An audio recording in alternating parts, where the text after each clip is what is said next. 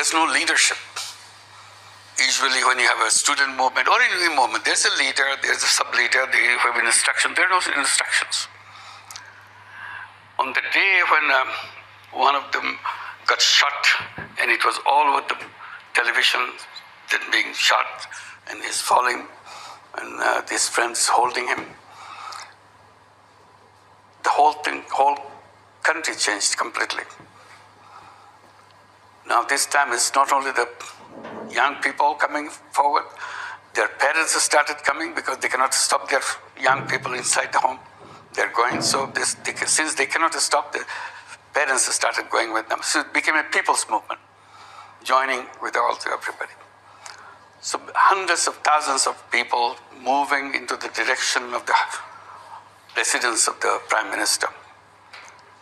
Everybody came to the conclusion it will be impossible to save her unless she has been lifted and sent someplace else. And that's what happened on 5th of August.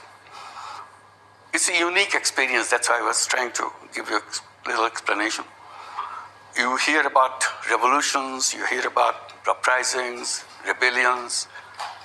This doesn't fit into any one of them. It's a very unique way it happened.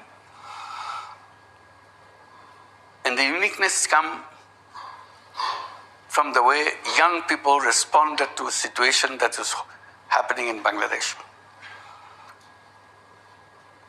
Defying the government, which could not be brought down by any means because the election didn't work. We had 3 elections in this 15 years of the regime that ruled the country. All fake elections. Nobody voted. But she got elected herself as they wish. So it's a single person regime which commanded everything.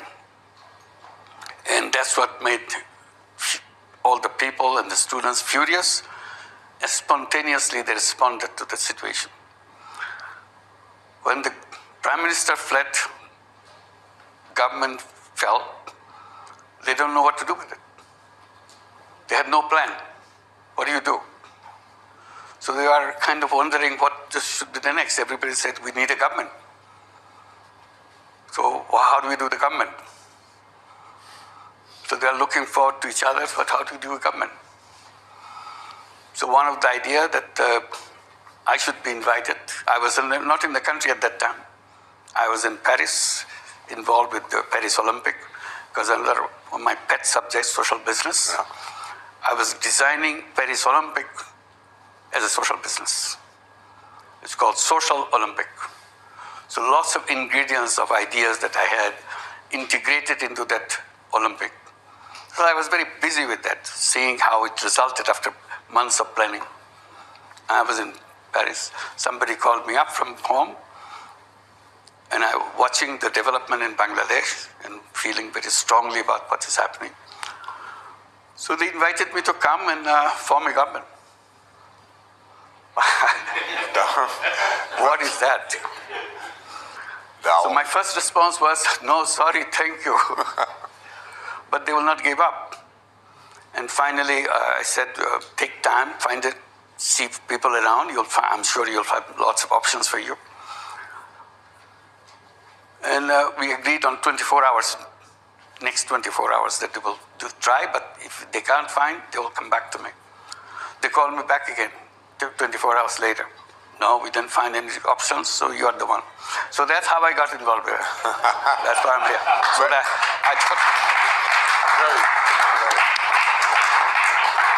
I thought I'll give you the background, why I'm here, why I did.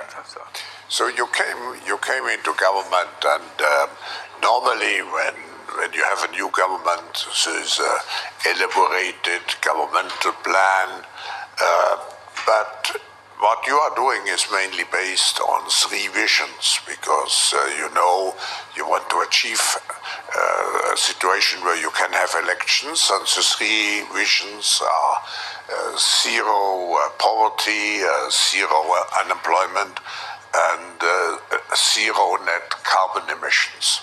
How can you, there are now big expectations. What are the key success factors to make sure that the people do not turn away because they feel disappointed.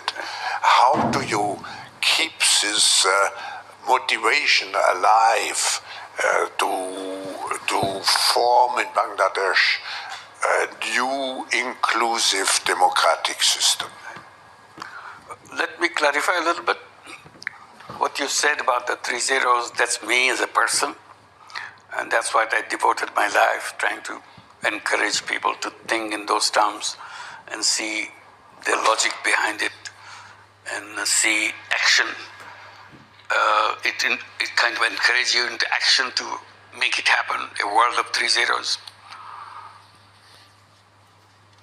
Because I was always insisting the civilization that we have right now around us, that we created, we feel very proud of it, fantastic thing that human being has done, created a civilization which transformed the world. And my way of responding to that, I said, this is a wrong civilization. It's a self-destructive civilization. This civilization will destroy us. We have no escape route from this one. So that's where I belong. That's what I try to bring in. That's where the 3-0 fits in. But when I am invited to run a government, I'm not peddling these 3 zeros into the government. I was trying to see immediate thing, next hour what we have to do. Because suddenly a new government emerges after so much killings. The law and order situation became very critical. So how to restore law and order? This is the first thing to do. It's the immediate thing to do. And next thing you do, build up the economy again. Let the economic machine run, because this whole thing is stopped. And when you try to start the machine, the economic machine, you say that machine is completely destroyed. Because this is economy which is plundered away. Immediately after that, I tried to appoint a committee to prepare a white paper. So they were stock taking, what we got, what we left, to understand what we inherited from the previous government. But amazing results came later on when the final report came out. The amount of money laundered away from the country. From the banking system, the total amount they've estimated, calculated, it's about $17 billion from the banking system, just laundered away. Very simple thing, very easy way.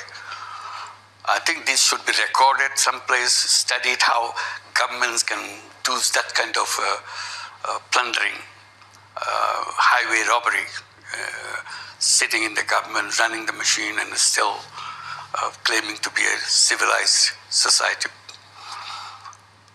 The simple way they did it, under the gunpoint, you let the board of the bank resign, and government or a person like the head of the government, Hasina, she puts her own people in the board and let her friends and relatives take away as much money as they want by giving them loans. On paper, it's a loan.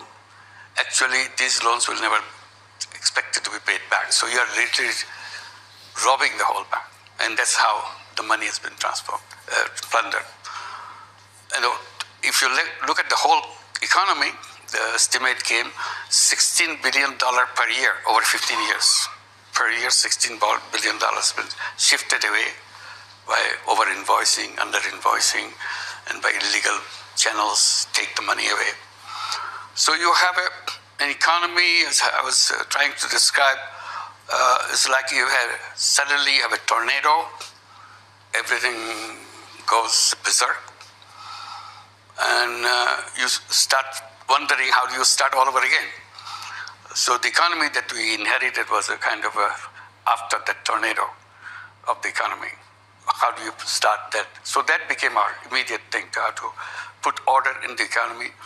Our economy, first mainstay is our garment industry, the ready-made garment. USA is the main buyer, whole Europe buys, but our number one buyer is USA. So we want to make sure industry kept functioning. So how do you do that in a situation?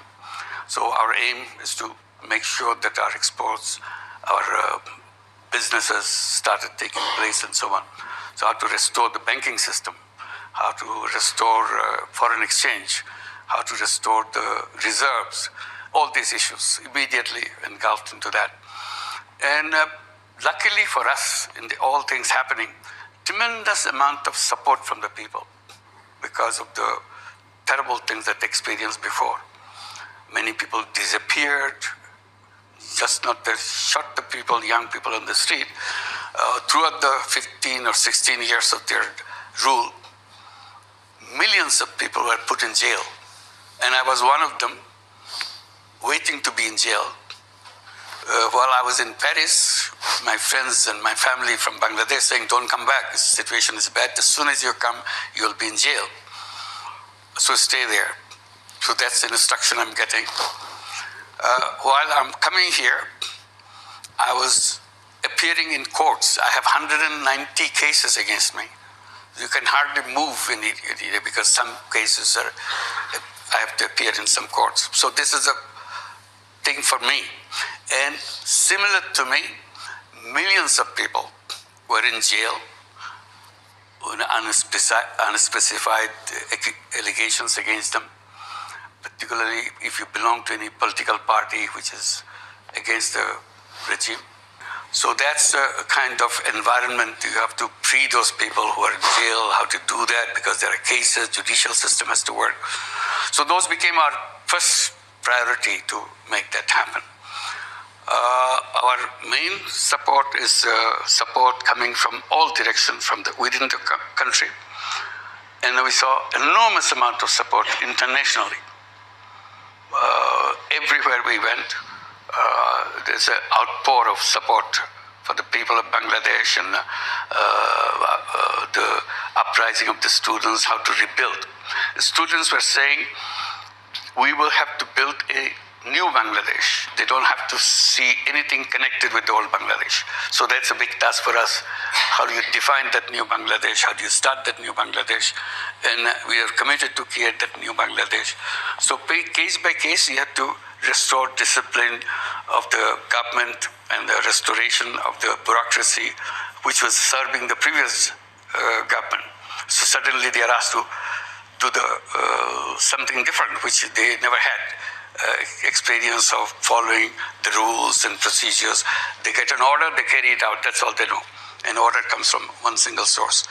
So this became our main issue at that time.